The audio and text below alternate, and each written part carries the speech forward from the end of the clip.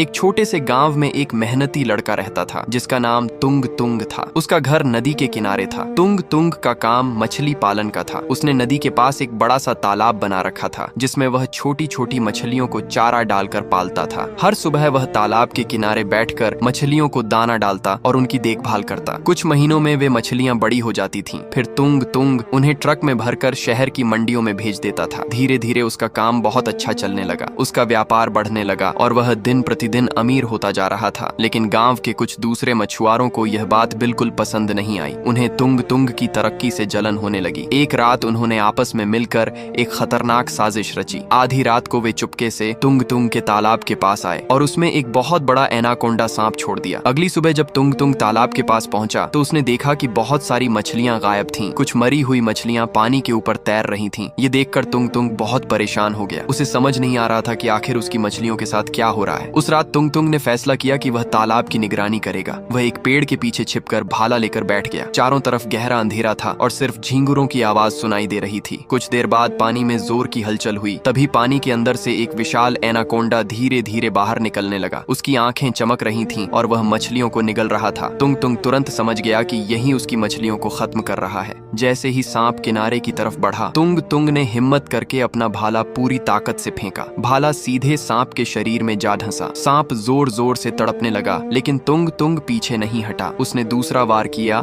और आखिरकार उस खतरनाक एनाकोंडा को मार गिराया। अगले दिन गांव में यह खबर फैल गई। जब पुलिस को पता चला तो जांच शुरू हुई। कुछ ही समय में पता चल गया कि गांव के कुछ मछुआरों ने जलन में आकर यह साजिश रची थी। पुलिस ने उन सभी को पकड़कर जेल भेज दिया। उस दिन के बाद तुंग तुंग का व्यापार फिर से चल पड़ा। उसकी मेहनत और हिम्मत की वजह से उसका नाम पूरे इलाके में मशहूर हो गया।